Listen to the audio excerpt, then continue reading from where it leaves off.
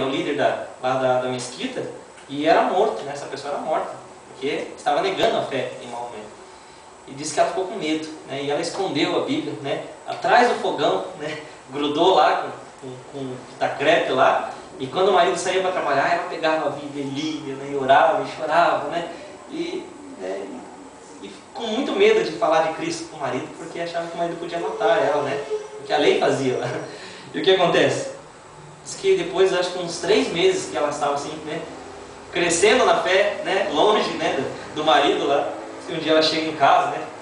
Do mercado. E ela chega em casa e o marido tá lá, né? O fogão arriado, né? E o marido tá lendo aquela Bíblia. E ela pensa, agora eu morri, né? Mas vou morrer em nome de Cristo, né? Ela estava firme na fé já, né? E nunca tinha falado de Cristo com o marido, de medo, né?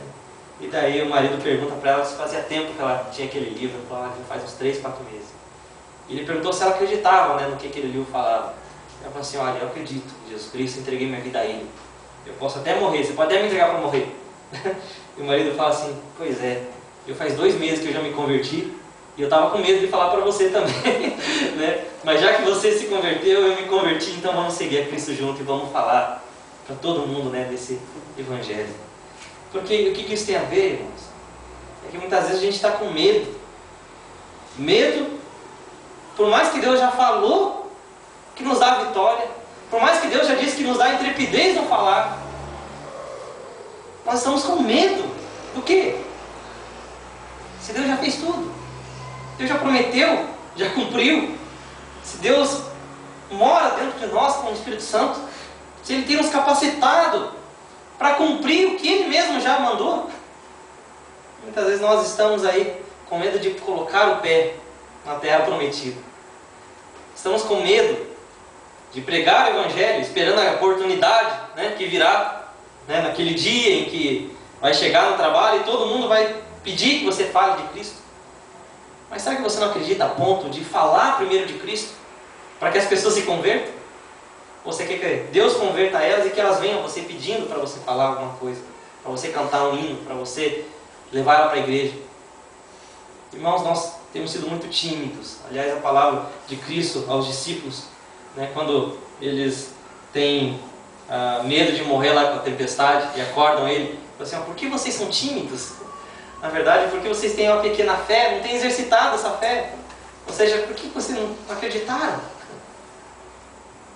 Irmãos, nós devemos acreditar que Deus tem nos chamado, tem nos capacitado, que Deus tem nos dado a vitória, mas a vitória que vem na certeza de que Ele está à frente, e é Ele quem luta por nós, é Ele quem abre o caminho, mas para abrir o caminho a gente vai ter que levantar o nosso pé, caminhar. Nós devemos ter mais intrepidez, não só no falar, mas no viver a Cristo, no pregar a Cristo, e no exercitar os dons e talentos que Deus tem nos dado. E aí a gente vê algumas questões, né, que se você não tiver coragem de enfrentar um desafio, você nunca vai saber a capacidade que você tem, a capacidade que Deus tem dado a você, se você colocar em prática o que nós estamos falando nessa noite, os dons e talentos que Deus deu, as promessas que Ele nos deu, a certeza. E nós não entendemos de que se os milagres não têm acontecido na nossa vida, né, porque Deus não quer ou porque nós não acreditamos. Ontem nós tivemos uma oração com os jovens e falamos sobre isso, sobre o poder da oração, né? Porque a gente sempre fala, né? Perguntei a eles lá se eles conheciam o poder da oração. Vimos o texto de Tiago lá que, né, muito pode a oração, né, do justo, a súplica do justo, pode curar, né, pode consolar. Diz que lá, né, deu o exemplo de Elias, que era homem como nós, e orou e não choveu por 3 anos e meio, e depois orou e choveu.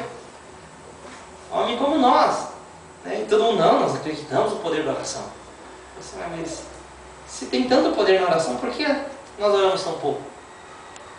Por que nós temos medo, né, de orar com uma pessoa que está enferma?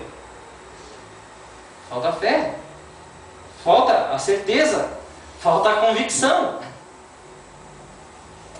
E nós vemos no caso de Josué, que ele teve tudo isso. Deus falou assim: se você for, a terra será sua. Onde pisar o seu pé, essa terra eu vou te dar. E nós vemos que enquanto eles foram caminhando, eles foram obtendo vitórias, porque Deus era com eles, Deus lutava por eles, Deus estava à frente. Mas é interessante, porque tem um momento, né, mais no final aqui de Josué, que eles param de caminhar. E eles dividem lá e agora cada um vai para o seu canto.